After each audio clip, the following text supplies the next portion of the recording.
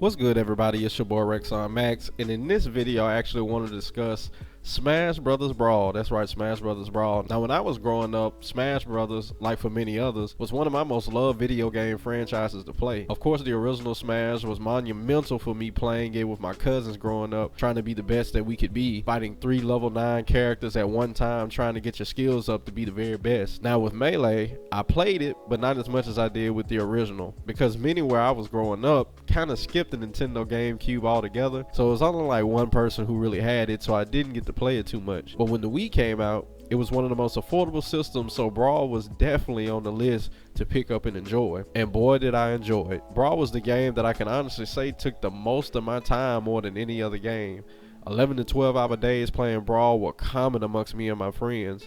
Late nights and early mornings on Final Destination fighting to see who could be crowned the best player out of all of us. To me, Brawl was the most fun Smash game I had played up to that point, and I thought the world thought so also. However, it turns out I was wrong. See, when I was growing up, there really was no competitive scene. We really had heard nothing about it. So when I got to college and I got around people who was actually playing games competitively, I learned that a lot of people actually thought Brawl was a trash game. It flabbergasted me because I was basically like, how in the world could people think Smash Brothers Brawl was a trash game when it was one of the most fun games I had ever played, and to me, definitely the best Smash Brothers up to that date. However, many people did think it was bad, and that's what inspired this video. I actually wanted to find out, do really people think Smash Brothers Brawl is a bad game? I mean, what about it was bad?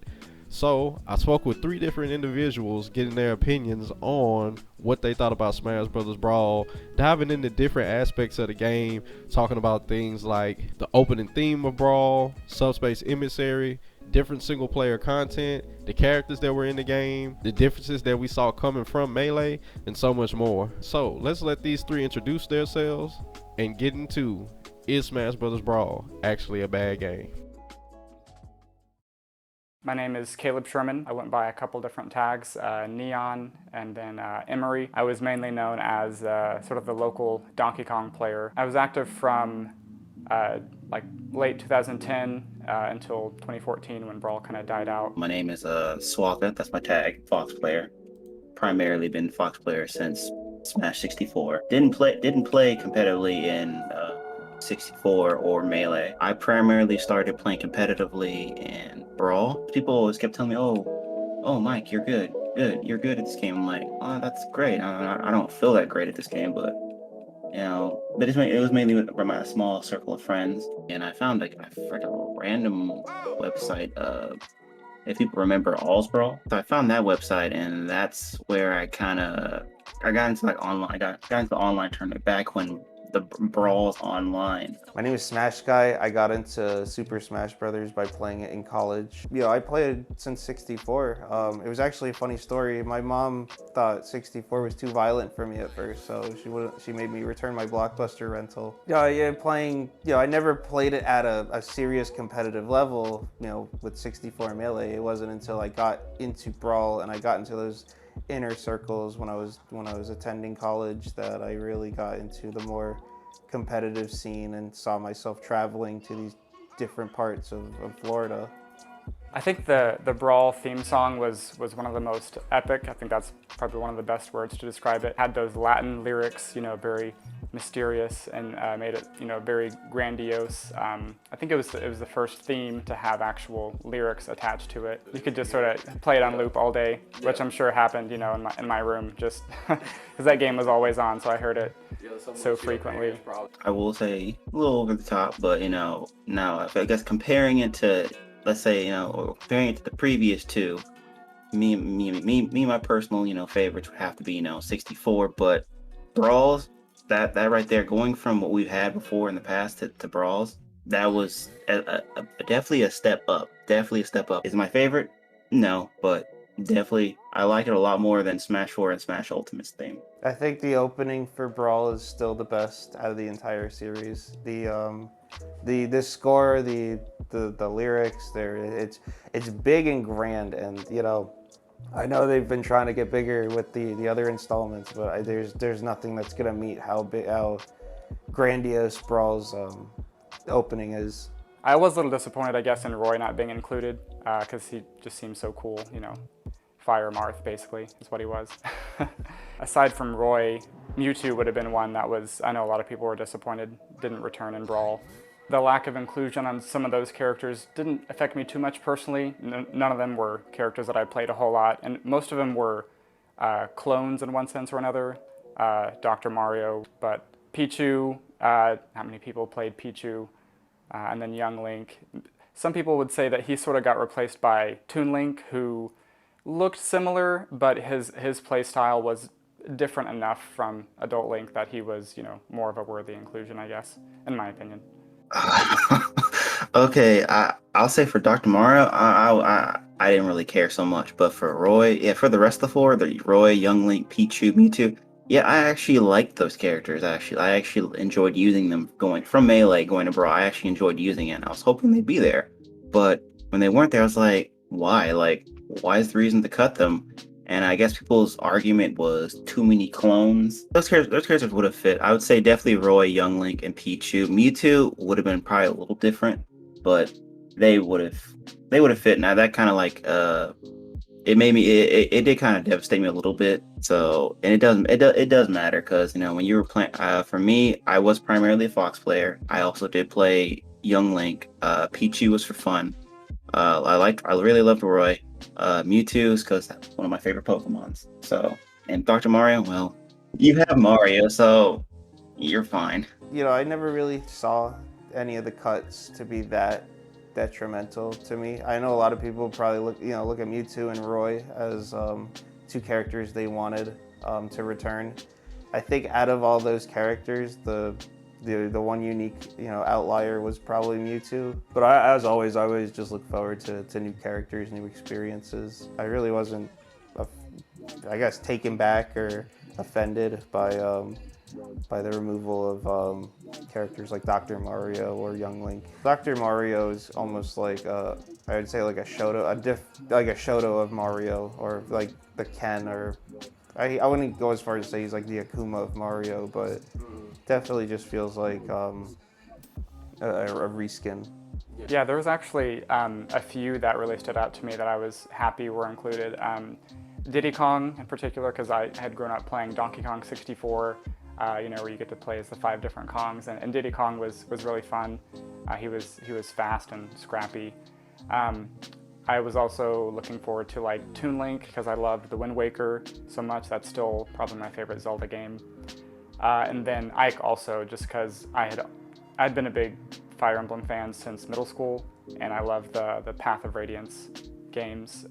And Ike was like, he was a new sword character, but he was different than Marth because he was a very heavy hitter, you know, so definitely a different play style. The newcomer that I enjoyed playing as the most might have been Rob. No one knew who Rob was, hardly. Whenever he came out, he was this robotic operating buddy toy from, I guess, from like the 80s.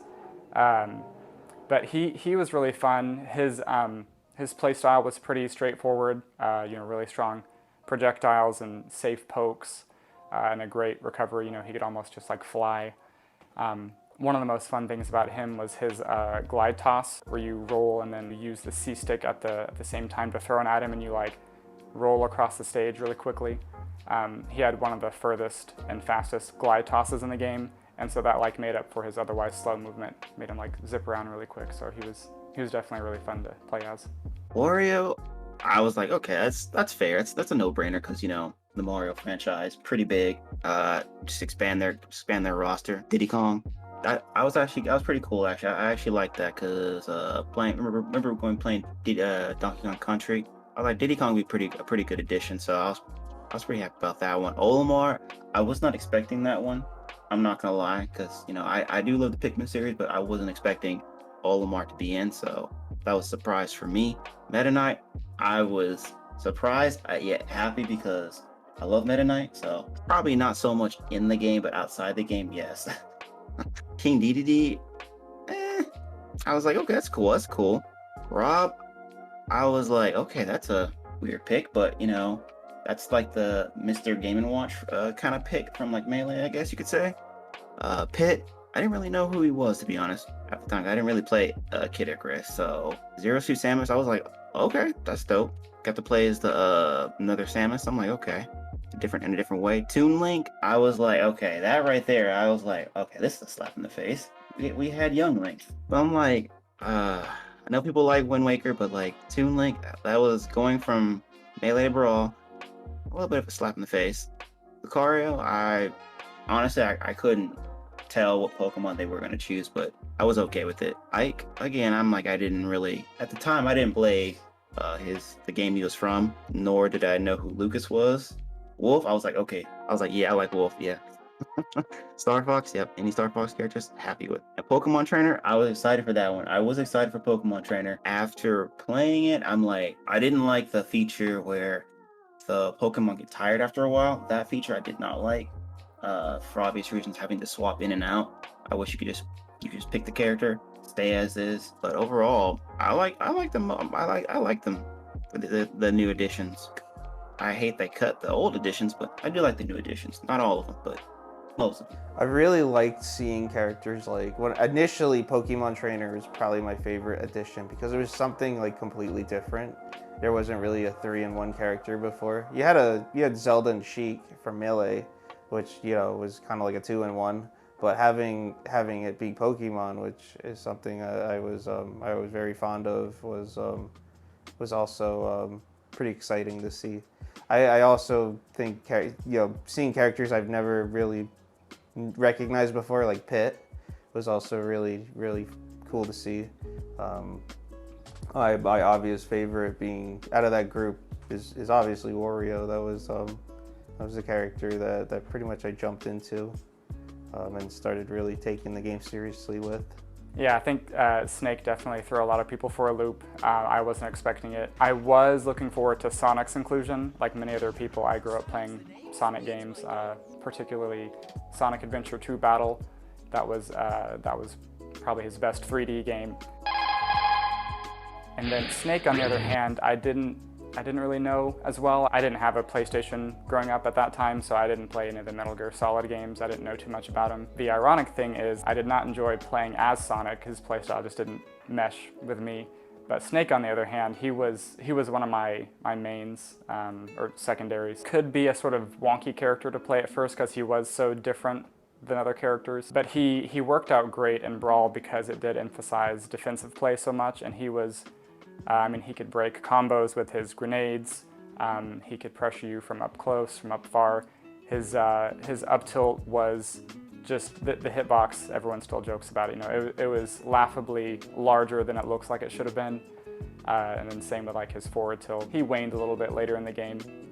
Went down to like 4th or 5th on the tier list. But he was a very strong camping character with great up close options. Even though I wasn't like I'm not really like a big Metal Gear kind of guy, but that kind of was like a surprise, like a left fielder for me, because I was not expecting Solid Snake to be in the game.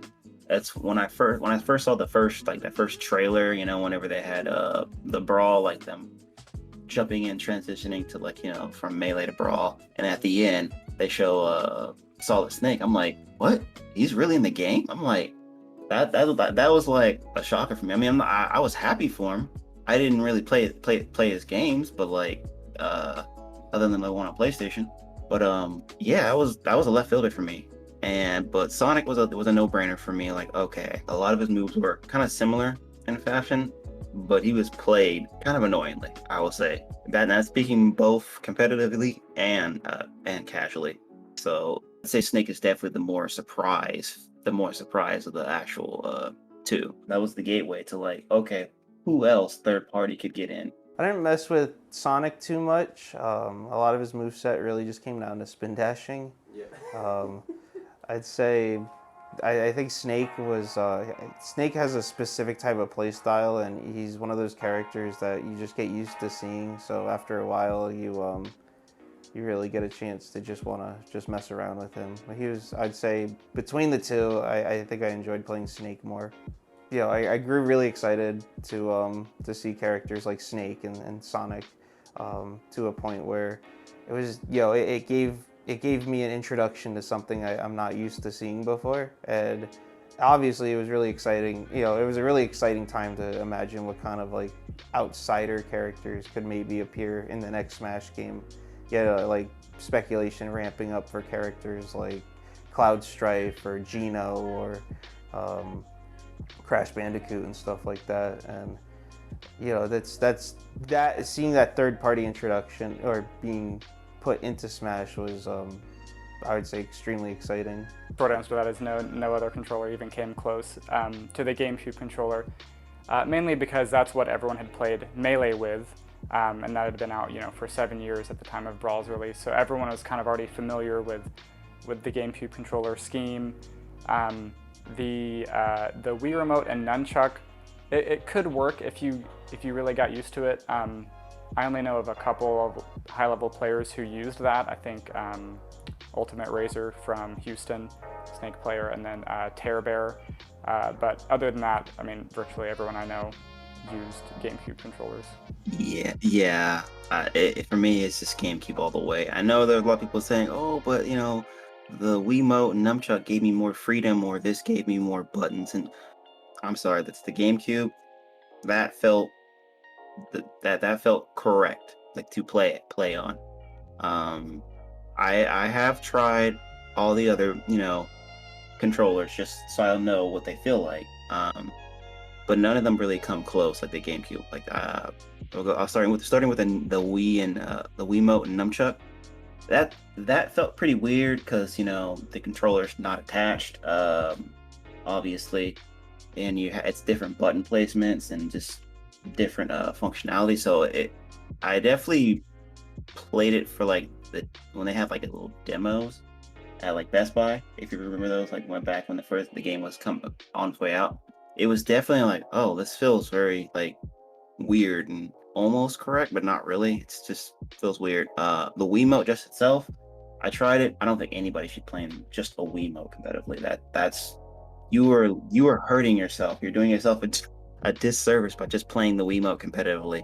You can do it because there was one player that was actually able to do it. Joystick gamepad. The button placement felt weird. It could be good, but the button placement did feel kind of weird. The GameCube controller all the way. I think Wiimote and Nunchuck probably will be the best alternative, at least from my experience. It's something that if I just didn't feel like connecting wires, I could just whip out and still feel it's getting the job done. It wouldn't so much be something I use competitively, although I've seen a lot of Wiimote Nunchuck players that prefer that over the GameCube. I guess with the other two, it's you said the Pro Classic and the Sideways Wiimote, where I didn't find a whole lot of viability when I tried those out. In terms of casual play, I really enjoyed Delfino Plaza, which it was also a stage for competitive play as well, but it was a moving stage. It went through all the different areas in the Delfino Plaza from Super Mario Sunshine. The visuals were just very bright and cheery. There was the water that you could fall off into and drown. And you had to struggle to stay on top of the main stage the majority of it. Competition-wise, since I played Donkey Kong, I really enjoyed Yoshi's Island. There was a trick on the stage with the ledges on either side. Since they were angled down, that allowed for DK to, whenever he was on the ledge, he could drop from the ledge, jump up, and then if you timed your up B at the right time, he could do a grounded up B up onto that slope, and it would give him an invincible up B, so that he was, it wasn't just super armor, he was invincible for the entirety of the move, getting back onto the stage, which was sort of like a glitch, but it was a really fun trick to use on people. And anyone who knew about it just banned that stage against Donkey Kong, because it was just, it gave DK another option to get back on stage that was really strong, and that was one of his biggest weaknesses in the game, was just getting back to center after he'd been put in disadvantage. Battlefield was another favorite of mine. Triplats in general have always been one of my favorites, but for Donkey Kong and Brawl, it also helped him because it gave him another option for retreating. Similar to the trick on Yoshi's Island, if you stood at the edge of a platform on Battlefield and then did an up B, a grounded up B, and then immediately jumped off, he would sort of do his up B and float down to the ground and it would be a lagless landing, and he was, again, he was invincible for the entirety of him coming down from that move, because the properties of the ledge or the platform like extended his invincibility frames on the up B. So that was another trick a lot of Donkey Kong players used, was to just abuse that. Battlefield, I like the redesign on that. Delphino was a good addition. I liked it actually. Mushroom Kingdom, I guess that's okay. I like Mario Circuit. BK Rumble Falls, did not like that. Bridge of Eldin, great casual, and for fun times on there. Norfair, didn't like it. I really like Halberd. I like the design of Halberd because of the whole you're going from the hangar all the way up in the sky, then onto the ship, and then circling back around. WarioWare could have been fun. If it wasn't for caveats where some people get invincible and others don't. Some people get big. Or Distant Planet, not playable. Pico Chat, I actually like Pico Chat. That was a pretty good addition. Shadow Moses Island, I like it, but like it killed sides. It was just the sides walk-offs. They were killing me. Competitive-wise, it's gonna be just Battlefield, FD, and Smashville. I think Newport City might be the worst Smash stage ever made. It looked like it was designed by a 4-year-old. There's that one section where it's just like 5 platforms that just stack on top of each other, and they're just aimlessly. There's no rhyme or reason to it, but on top of that, it's just huge, which is just, those are never fun stages unless it's Temple. That's the exception. Yes. Yeah, overall, I think the new stages they brought in were a ton of fun. Whether they were competitive or not, a lot of them looked really cool. Like Shadow Moses Island was a really cool looking stage, just to visually see and play around in. I think for my favorite of the new stages, I really liked Frigate Orphean.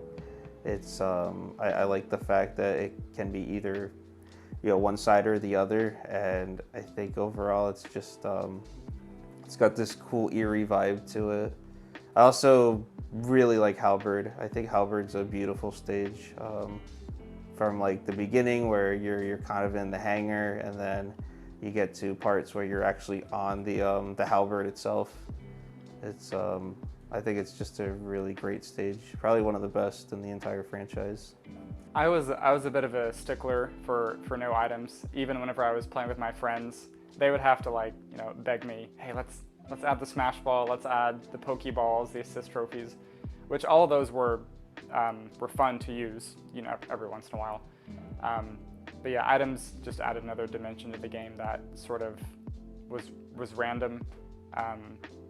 There's sort of, the meme about it, the Fox only, no items, Final Destination. It's like that's I definitely, lived that.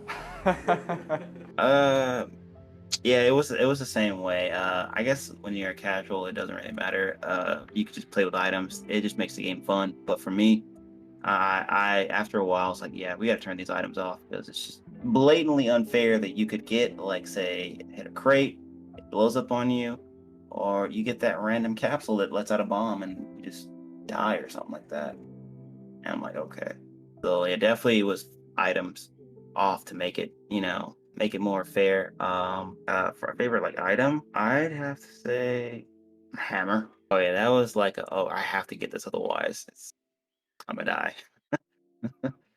Yeah, I have to get it. It's just, you see someone like, hold up now, you got 2 of those? Nope, can't let that happen. I always like the Pokeball because I like I like what comes out of them. I think all the having a different animal come out every time and just having it have a different impact on the game. You're not sure what you're gonna get. It's like free gacha, it's exciting without any of the guilt following it. I think on a serious note, I do think a lot of the Brawl items were the most game-changing. You had items like the assist trophy and the Smash Ball, and those games went on to really define the Smash franchise moving forward. You'd have new characters show up as assist trophies that weren't really realized playable characters, but you would still give them this representation that fans would pretty much come to enjoy at that given time. And then the Smash Ball, which kind of just revolutionized, character representation as a whole.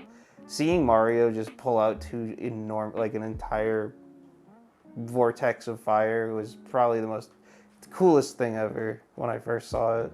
Overall, I liked the art style of Brawl, going from Melee to Brawl, and I still remember the famous Brawl trailer where it shows, Mario and Link, Pikachu and Kirby. It shows their Melee renders, they all walk together, and then it flashes to their Brawl renders, and I remember being amazed, look at all this detail now on Link's clothing and his, and Mario's overalls and all this stuff, and then, Kirby, basically looked the same. But, yeah, I liked that, they were trying to go for a slightly more realistic look. And that definitely helped, with other characters like, Snake more. Yeah, I actually liked it. It for me, it was like a step up. Going from Melee to Brawl. Obviously Melee was colorful, more than just polygons than its N64 predecessor. But going from Melee to Brawl, after being able to see all the etchings in Mario's overalls and that dark kind of gritty feel, I felt like, okay, I actually like this. I like that art direction, and it fit for Brawl. It fit that dark gritty feeling. Fit. I'd say it's more of a fit than what we have today right now for its time. The characters, it helped some characters, as you say, like Bowser and Ganondorf. It helped them feel more menacing, more threatening. Same goes for like Link too, as well. Help that feel. It was more detailed, more intricacies, especially for the stages as well too. I mean, it did help. It did help, not make the stages feel too cartoony. If we had say the vibrant colors from like Ultimate or Smash 4 with that title of a Brawl title, it kind of wouldn't mesh as well. But it right now for what it was back then, that dark grittiness is what fits the tone of Brawl. I really liked the art style that they were taking for games like Twilight Princess and Smash Brothers at that time. I think having the more gritty look gave it a different style that you haven't really seen from characters like Mario or even Pokemon or anything like that. So for me, I've always liked it. I know a lot of people preferred having the more vibrant in-character art style, and I think with specific newcomers now, I would probably say they look better the way they do than they would have in Brawl. But I think a lot of that comes down to the fact that Nintendo was starting to finally give Sakurai a little more trust, because Smash Brothers, ever since 64, was always an uphill battle to use their characters. They didn't want to. I think the one common thing was they didn't want to market anything that made it look like Mario was hitting Peach or anything like that. So around Brawl and seeing how popular Melee was, they started really giving Sakurai a little more control, a little more trust, and allowing him to really start making that fully envisioned game he wanted to make. I wasn't so much of a stickler when it came to the songs. I certainly wasn't one of those players who would restart a match because the right song wasn't playing, which some people do. The best song in the game was on unfortunately, it was on a non-legal tournament stage, which was on Jungle Falls. There was the Bramble Blast from Donkey Kong Country 2, which was an amazing song, but rarely got to hear it because it was not a tournament legal stage, unfortunately. I actually thought it was a great addition because coming from Melee, we only really had one song per stage, with the exception of I think Temple for Melee, where if you hold the R button, you could swap it to the Fire Emblem theme. So that right there said, okay, we can get more music on these stages, basically. And with Brawl having at least I think a minimum of 5 songs per stage, I was like, okay, yeah, this is definitely a step up. And for me, I guess stuck out was the Final Destination theme song, the original, because it's okay, this is it. This is what it all comes down to right here. that final moment. So I really like the Ocarina Time medley. I think that was just hearing all those songs is really impressive, especially with a lot of the wind instruments they use to make it feel really authentic to what they were going for in Ocarina. I really like a lot of the music in that game. I think it's some of the most beautifully composed, I guess, fighting game music I've heard.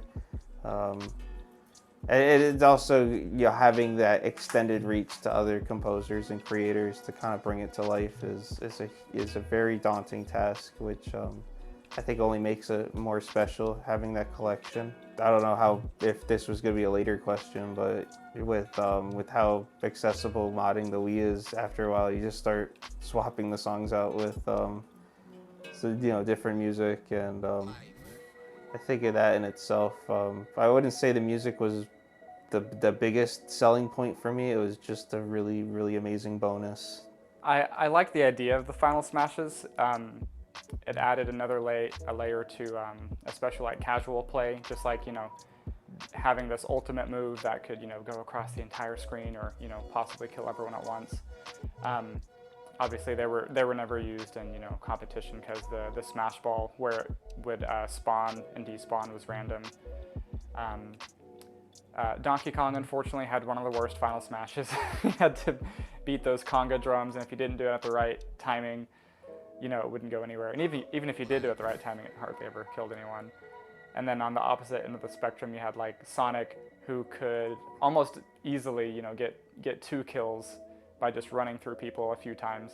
And it lasted forever. Ike's was pretty cool as well, doing the great Aether move. You had to grab someone. It could be a little difficult, but if you did, bring them up to the top of the stage and do, 20 sword hits and then bring them down to the ground. okay, Final Smashes, I welcome the idea, but implementing them, I can see where he was going with it, just to make the game more fun, and also, I guess, somewhat cater to the competitive people. If it obviously was done right, and I guess done a little bit better on the other games. But yeah, as you were saying that some Final Smashes were just better than others, DK's being the most pointless, and then say someone like Sonic's being kind of one of the most broken ones. I'm like, what can you do against that? Nothing. I'll say there were some pointless, other pointless Final Smashes, like say the whole Star Fox, where it's just 3 different versions of the Landmaster and stuff like that. I'm like, okay, you really could have did something different for each one. The Final Smashes, they could have been a little bit more accurate. They felt like they were just there. Pikachu's, I mean, you could just avoid it. As you're saying, just avoid it. But the whole Smash Ball concept, it's fun. Like, it's like a fun thing to like, oh, if I get this, then I can go ahead and really do some damage. So it's kind of like if you have 4 people there, you're just all competing. You stop the fight to get that one thing. Yeah, I think Final Smash is great on paper.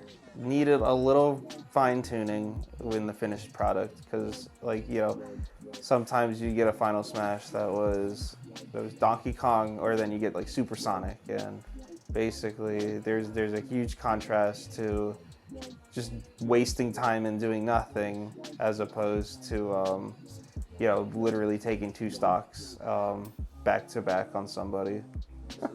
They're all the same. I remember someone's disappointment when they were really excited to see Wolf, and just to see another tank was was just like so soul crushing to them. I know with Jigglypuff, so you can go under Final Destination or go under a stage, use her Final Smash, and just pretty much clip through the entire stage, and pretty much everybody dies as a result. But then you'll make it back because she's got like a billion jumps. I think Luigi's Negative Zone is also one that stands out to me. It's just so bizarre and weird, and there's no rhyme or reason to it, but it's just really fun just to see people just have no control of anything. Brawl definitely did have a lot of different mechanics coming from Melee. I didn't play Melee competitively, but I did play it a lot just casually with my friends, and it did take a little bit of time to get used to Brawl, just because the gravity was so much lighter, right? All the characters were a lot floatier. There wasn't nearly as much hit stun. It was really hard to do combos.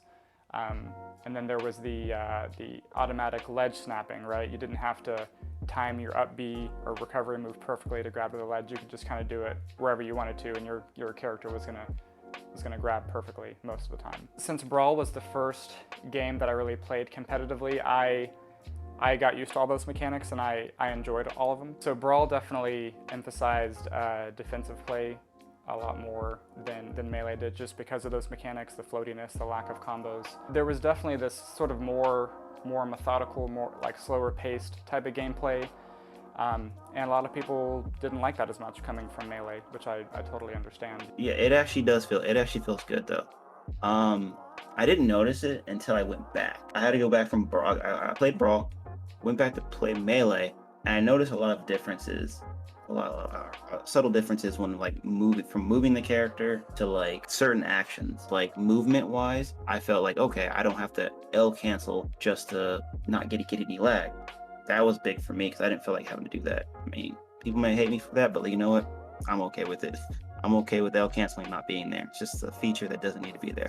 Tripping could have been gone. The game was really defensive, really defensive, as I'll say that. Could have benefited from like updates for sure. You could have, I guess you could have like a little, if you're like a purist, you could probably go back and play it, no problem. But I'm gonna say solid game and needed updates. A solid game that needed updates. I think, at the time, because I wasn't really, when I was first really learning or picking up Brawl, it felt more precise than it did in Melee, because half the time when you're unfamiliar with how the game feels, Melee can feel really stiff. I never really had any issues with Brawl's control. A lot of it felt really smooth, especially moving around. They refined a lot of just basic movement compared to what they had in Melee. In terms of how characters felt, like down the road, it started when you pick up other games in the franchise now or get more familiar with Melee's movement, a lot of it just feels like you're in molasses. So it can be a little bit slower on a more competitive pace. You have characters that either run really fast or have really good aerial movement in the game. So those characters I feel like will always have an edge in terms of characters like Ganon, really. I'm mainly focused on the competitive side of the game, but there were a couple modes that I did enjoy. Within the multi-man mode, there was the Cruel Brawl, I believe it was called, where there was all these CPUs that would spawn, and they were super strong. They were very difficult to kill, and they would usually KO you in like 2 or 3 hits. But you could retreat to the ledge and then sort of abuse the ledge invincibility by just re-grabbing over and over, and you could try different methods to like try to tease them off the edge and then like spike them or something for an easy kill. And I enjoyed playing that a little bit, just trying to get as many KOs on that mode as I could with all the characters. I remember playing Melee as a kid. I loved trying to collect all the trophies and get them all. In Brawl, that wasn't a big focus of mine, I guess. Yeah, I definitely enjoyed the builder stage mode. That was something that I was hoping would be in a Smash game eventually, even from the time I was a kid playing it. I remember me and my siblings would make all these wacky, zany stages that we would play them a few times then delete them. There was this one crazy stage my siblings made called the Playground that just had like every object that was in that mode just thrown in there, just total wackiness, craziness. And whenever we would play together, they would sort of choose that stage without me knowing about it, and I would get not upset, but I'd just be like, oh, we're going to the playground again? Come on, guys, let's do a different stage. And then I would delete the stage, and then they would remake it, and the cycle just kept on going. Classic mode, obviously, a classic. There from the beginning. It's not much I can say. I believe it was a little bit different in Brawl. I believe so, but I can't remember. I just know it's a classic. There's not really much you could change. Also with All-Star mode, it's been the same all the way through, where you run through the entire cast of characters and fight them all one either one-on-one or one-on-two or three with only like the 3 heart pieces and manage your damage. Mission mode, that one I didn't complete it like I did Melees. I didn't complete it. I did do it. It was a little bit kind of like or kind of not that great for me. It didn't have the same spark, I would say. Boss battle mode, I actually enjoyed it. Difficult, but I actually enjoyed it. Home run contest, I would say it's a home run contest. It's hard. It's hard to get in the top score. Wasn't the same as it was in Melee, I'd say. The other thing I wanted to mention too is they had those milestone games that you could collect and play like demo trials for. Oh, the masterpieces. Yeah, masterpieces. Those, I swear I've seen a speedrun. Somebody did the 3-minute Ocarina of Time speedrun in the 5-minute demo that they gave for Ocarina.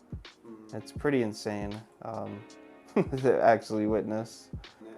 I did for like when I was playing casually, I did just to mess around, but the tools are so limited in Brawl. You really didn't get to make the type of stages you see today. However, you know, everybody would make that one stage for Snake where it's just a pit and you're just teching the C4 recovery over and over. That was probably my favorite game mode outside of competitive play because it's definitely really intense when you get to really high percentages. It's like Lethal League before that became a thing.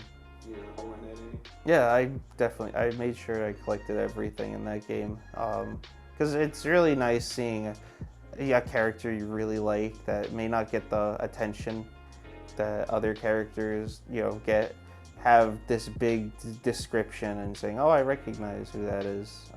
So trophies absolutely were a really cool feature with Smash Brothers as a whole. Yeah, that was definitely a Melee thing. Stickers were added as you know, they were more so PNGs or, you know, JPEG files, but they were still just as neat to see because it gave more room for other characters to jump in as well. I wouldn't have recognized Pit in Brawl if it wasn't for his trophy in Melee, and even though he was a different model, it was still the same description. So I knew what Kid Icarus was because of the trophies. I think the Subspace Emissary was probably the best adventure mode in any of the Smash games. It was the first to feature like a real fleshed out narrative, and then there were all the cutscenes that were very well done and well written, and it was just exciting to see, you know, all of the different Nintendo characters coming from different universes. You know, Mario and Zelda and Samus and Captain Falcon, and just seeing them interact with each other in ways that you didn't really expect. It was fun because you could play with your friends. They could jump in at any time if you were struggling with a boss or whatever.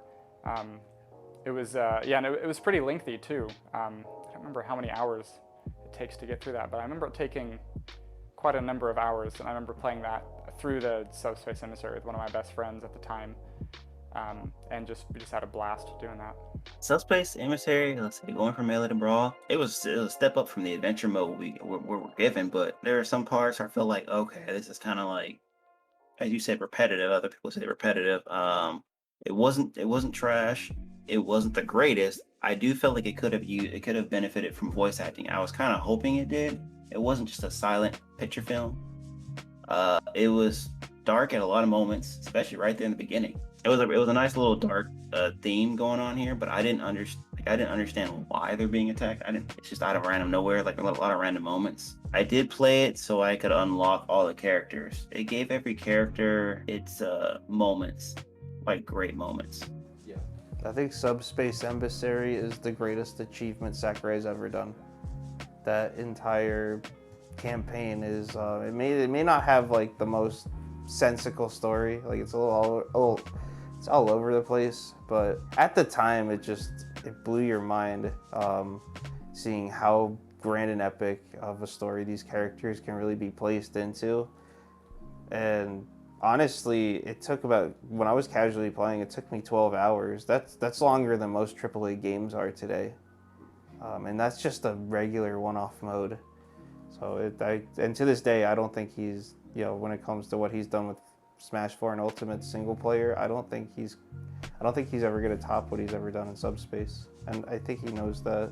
I think, as a result of Subspace, and how much work it's taken, I did feel like it gave us some watered down versions of Target Test, and I would say pretty much most every other game mode. I think events weren't as dynamic as you got from Melee. I think Melee's event list is a little more memorable to me.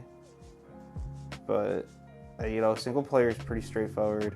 Home run contest has never changed since Melee, and it's still as good as it was back then. For me, the Brawl competitive scene was definitely like a very friendly community. So I came from a very sort of sheltered background. I went to the same private school my entire upbringing. And then in college was whenever I started playing Brawl competitively and finding, these other people who they didn't all think, the way I thought, and they didn't have the same views on things. But I definitely came to respect everyone within the community and get to know all these people who came from different, lifestyles and different walks of life. And it was a great way to meet people. Playing Brawl competitively was a way to get to know other people from different backgrounds, right? It didn't matter where you came from, if you were good at the game and if you could prove yourself, that was a great way to sort of start a friendship, right? And I have there was a lot of friends I made at that time that some of them continue into now. And the game, Smash Brothers Brawl definitely allowed that to happen. It gave me a way to sort of get closer to people and make new friends where otherwise I wouldn't have, because I'm sort of naturally a more shy person. But I love video games, and I can talk to anyone about, Super Smash Brothers or Metroid or Fire Emblem or any of those, those other games that I love. So I appreciate what the game did for me in that regard.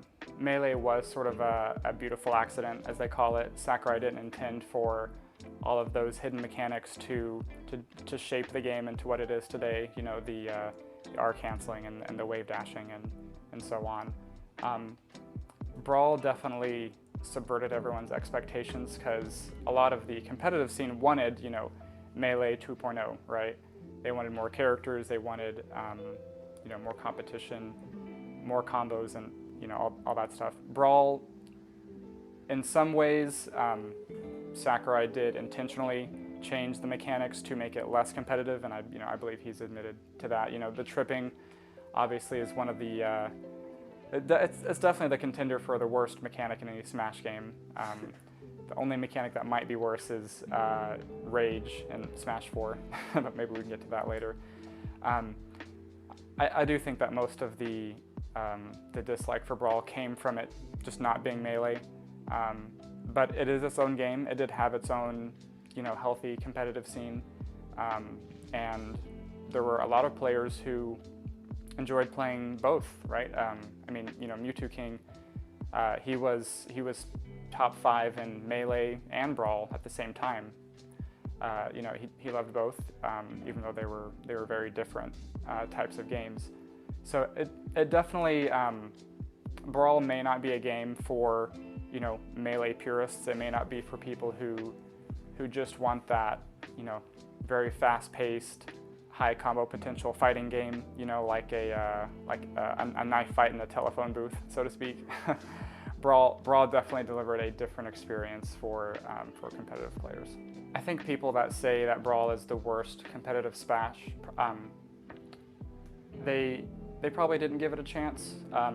Maybe they didn't play it at a high level. It was definitely a different beast altogether, but it did have its own quirks, and it had its own flow to it that made the game quite fun to play, in my opinion. There was didn't have wave dashing and L canceling. It did have some mechanics that I thought were really fun personally, like glide tossing with like Diddy Kong, Rob, Peach were all well known for that. It was a way to move across the stage really quickly while throwing a projectile. But outside of that, the game was sort of plagued by the Meta Knight problem. He was even banned at one point in certain areas. So he was definitely a problem. And it would have been interesting to see how the game could have progressed if it could have been patched like Smash 4 Ultimate was. I think Meta Knight, if some of his specials were made weaker, like his shuttle loop, if he didn't have that invincibility and safeness, his tornado, if it wasn't as strong as it was, that could have changed the game quite a bit. I don't know if I would personally view Smash Bros. Brawl as being the worst Smash game. That's not the way that I would sort of phrase it or frame it really, because Brawl is still a great game. It's a well-made game. It did what it was intended to do, right? It brought people together. This kind of zany platform fighter where you could fight, Mario against Sonic, against Solid Snake, against Pikachu or whatever. It was just it did what it wanted to do well. And the fact that it didn't meet everyone's expectations coming from Melee isn't a slight against the game. Meta Knight affected everything about Brawl. Regardless of which character you mained, you had to know the Meta Knight matchup. There was no exception to that, right? If you wanted to be able to play the game at a competitive level, virtually every region had high-level Meta Knight players. There was a lot of different ways to play the character, so it wasn't like, just because you knew the matchup well from playing your friend, you could go to another region and play another one and be able to, to follow the same patterns. They could play the character totally differently.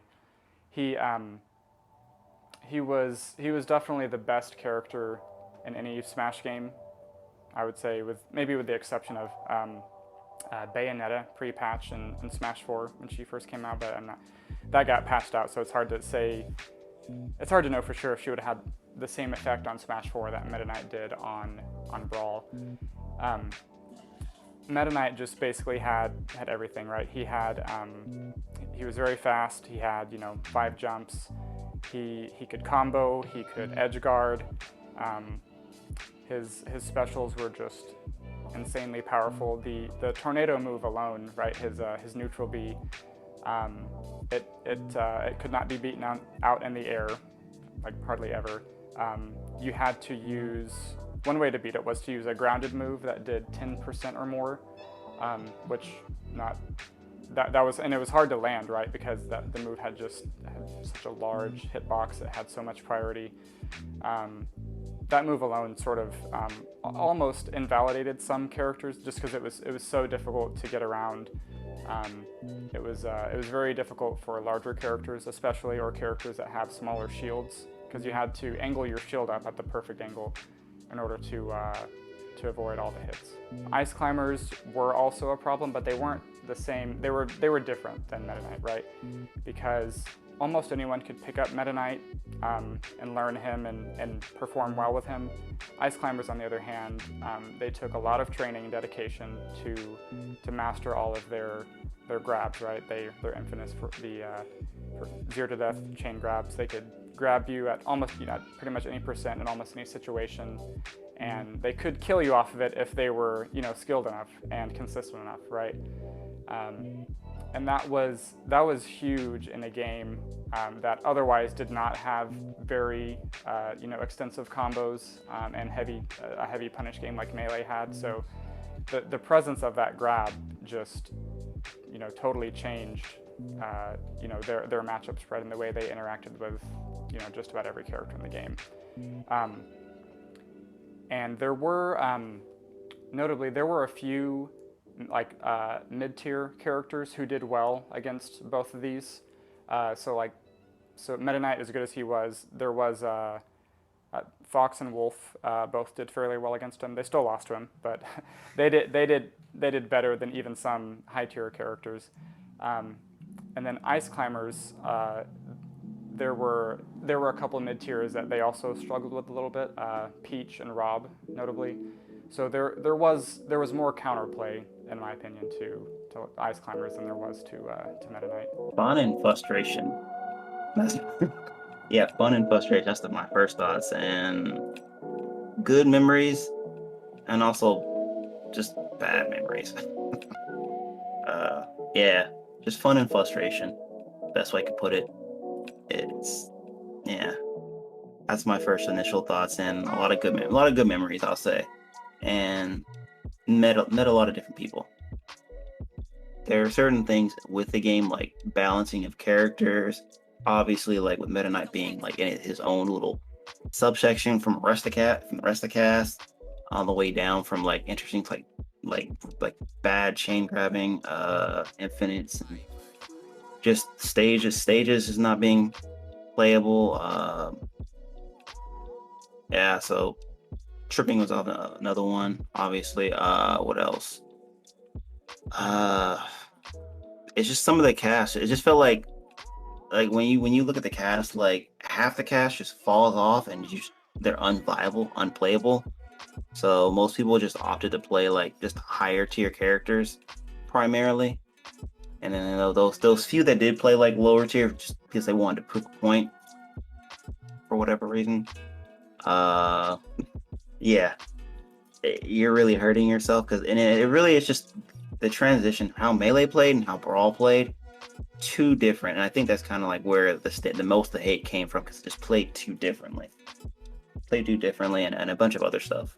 So tripping sucks. It was there to stop us from being competitive, and it didn't work. But tripping into smash attacks or into grabs, not cool. Other stuff, like from what I can remember when I played, I would say the speed of the game obviously kind of didn't help, because some characters didn't benefit from that. I guess that's how certain characters played the matchups. It was just not fun. Like I could say, okay, half the cast became unplayable because of DDD. Well, it's half the cast, I'll say, because literally anything below him could just easily be chain grabbed across the stage. Their stock's gone. Same goes for like with Ice Climbers. I'm like, I didn't like dealing with that stuff. I didn't want to deal with that stuff. I'm like, And then you got people that like, okay, I don't like dealing with these specifics like chain grabbing. So I'm going or certain combos you can't get out of. You can't just get out of.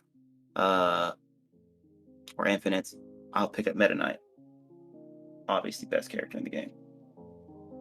I'll pick up Meta Knight. Meta Knight. That's actually another discussion right there. Specifically, one of the we'll get that later. Okay. What else stuff that I remember that wasn't like a lot of characters just couldn't deal with certain things, and then it didn't help when you were on certain stages where they couldn't deal with it. I say you had a much better chance with higher tier. Lower tier was just if you wanted to prove a point. Characters like Ganondorf, I'll say, being kind of terrible. There's not much you could do. I think if you ask anybody competitively, yes, they will agree that it's probably the worst one. But I guess from a casual standpoint, it probably isn't the worst. It's just what you grew. It's kind of what you kind of either grew to didn't like and what you grew up with. For me, I actually like Brawl, where most people probably will say they don't, and it's the worst one because it wasn't like Melee. I don't know where all this Brawl. I could say, like I said, I don't know where truly where the Brawl hate comes from, but I just know most of it stems from Melee, and also how the game plays, for sure. At the time, it's a lot of memories for me. It's really where I got my start into competitive games. I may not really play a whole lot of Smash anymore. I moved on to Rivals of Ether, but if it wasn't for Brawl, I wouldn't be in the position I'm in today to learn and get into fighting games and meet as many amazing people as I have. So Brawl at the time, I know a lot of people say that they prefer a lot of other games, but it was definitely, when it was around, everybody that has a lot to say about Brawl were still playing it because it was still, it was the game at the time. I still consider it my favorite game to this day just because of, my time playing it at college with everybody. People prefer a game feeling a specific way. I kind of like that for Smash 4 and Ultimate to this day. I wish there were things from Brawl that were still in it, whether it be Dakising and just small little tech nuances. I never really understood it until I played Overwatch, because as somebody that has put a ton of hours into Team Fortress 2, playing Overwatch was pretty much made me understand why Melee players feel the way they do about Brawl. It doesn't have the same feel, and I don't think it's gonna really recapture that what they're looking for, which is gonna happen. Thankfully, there's a lot of great games that we play. There's a whole variety of games that we play.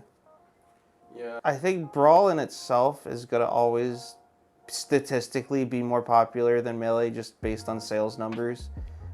In terms of longevity, Melee I think will always be the more recognizable, more popular face when it comes to talking about Smash.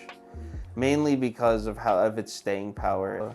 There's all the other little nuances too that people take issue with, like there's legitimate 10-0 matchup spreads for, DDD is a B tier character, but all of his winning matchups come down to whoever he can chain grab. If he can't chain grab the character, he loses the matchup.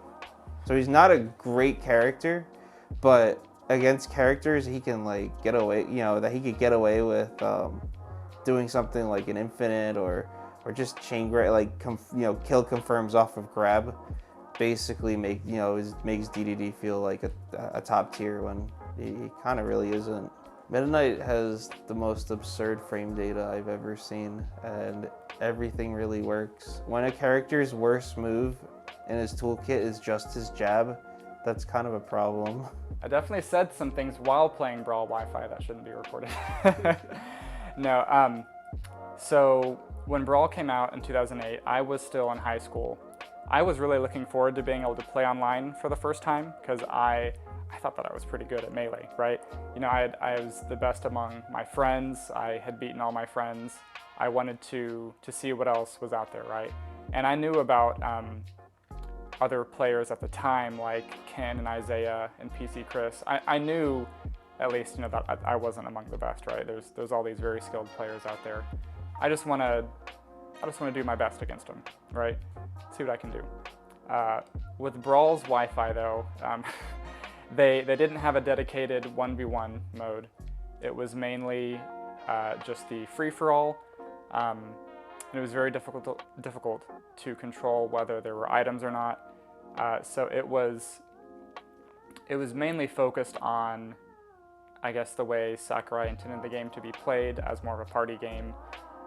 Just, have fun with your friends, throw items at each other, the Pokeballs, get the Smash Ball and KO everyone at once.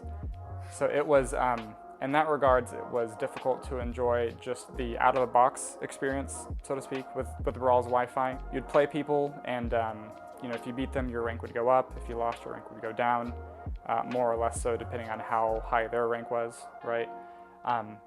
So you could still, if you wanted to play the game competitively on Wi-Fi, there were options to do it. It just wasn't built in to the game very, very well, right? There was no, for fun or for glory mode like in Smash 4. But even when you did, get people's friend codes and try to play online with people that you knew, there was always the issue of lag. The network was, notably terrible. Even playing people in the same state, if you both didn't have, a nearly perfect flawless connection, you were going to experience, you know, a fair amount of lag, you know, regardless. And then who knows what was going to happen if you went online and tried to play someone, you know, in another country or on the other side of the country, you know, who's highly ranked, and you go in and play them and it's like, oh, I can't, you know, my inputs are coming out half a second after I'm pushing them. This isn't going to work for me. So it definitely was very frustrating, but it was better than nothing, right? Because Melee, you know, obviously didn't have online. Nowadays though, there's Slippy, right?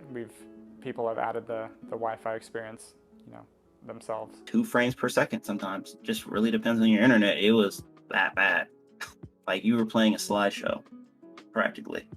And there was no Ethernet adapter to help that. It was just, if that's where you're at and you're playing online, that's just where you're at. You're stuck.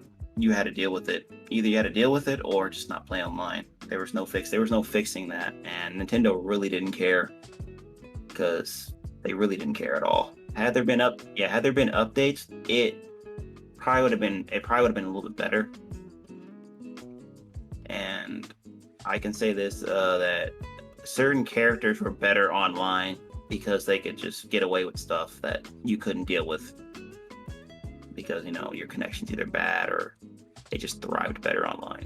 Well, you know, the first time I ever heard of the name Wi-Fi Warrior became just because of somebody that would just play Brawl Online. They'd play online, show up to a local as like a fresh face, and take out a top seed, and they'd be known as because they would just play online the whole time. I don't think the online really bothered me a whole lot. A lot of people do still kind of look down on Brawl just because it didn't meet their expectations from a competitive standpoint. And Nintendo, I would say, they may have learned, you know, some things based on people's feedback to Brawl, right? They removed tripping, right? That wasn't going to come back. I think there's a small group of people in the competitive Smash scene who maybe didn't give Brawl a fair chance, and that has been sort of overblown, I guess. Because a lot of people who played Brawl, from my perspective, right, they still have a respect for it, even if they enjoy other games more than it, right? Even if they enjoyed Smash 4 or Smash Ultimate or Project M, right, even more than Brawl, a lot of them will still have a respect for the game, because that was how they learned the game, right? Since it was slower paced than Melee was, that may have allowed, you know, more people to get into it and play it at a higher competitive level, whereas maybe they couldn't have done the same thing with Melee, right? Because maybe it was too fast or too difficult. Brawl definitely allowed more players to play the game at a competitive level, which I think that's a positive, you know, aspect. To say that it's an outright trash game, no, because this is how some people's careers got going. This game. So no, I can't say this game is trash. I could say it could be better. Could be a better game, but I do like this game a lot. So, but could I go back and play it now? There's some things I do miss about the game. There's some things that I do really miss that would come back. But could I go back and play this game competitively? Yes and no. Brawl is definitely the most influential game in terms of Smash, because what it's led to. I like considering it the sandbox version of Smash Brothers, because of how many different mods and different avenues that it's led to, you know, for content creators out there. Without Brawl, we probably wouldn't have a whole lot of projects like Rivals of Ether or Rushdown Revolt, as a result of the type of, you know, what Brawl has led to, and has kind of just given, you know, inspiration and motivation for, you know, whether it's they're not a fan of what the game is and want to remove something like tripping, or to a point where they just want to make their own character or stage. I don't think you'll ever get a chance to be revisited. Smash just, you know, Ultimate is so big to the point where it's going to be hard to convince somebody to really take a look at Brawl. But I definitely think where it stands, I do feel like it deserves a more, you know, it deserves a second look for a lot of people that feel a specific way about the game. You know, it may not be the best thing to play, but it definitely offers a really unique take on Smash Brothers as a whole, and offers things that that are really difficult or probably won't be replicated again.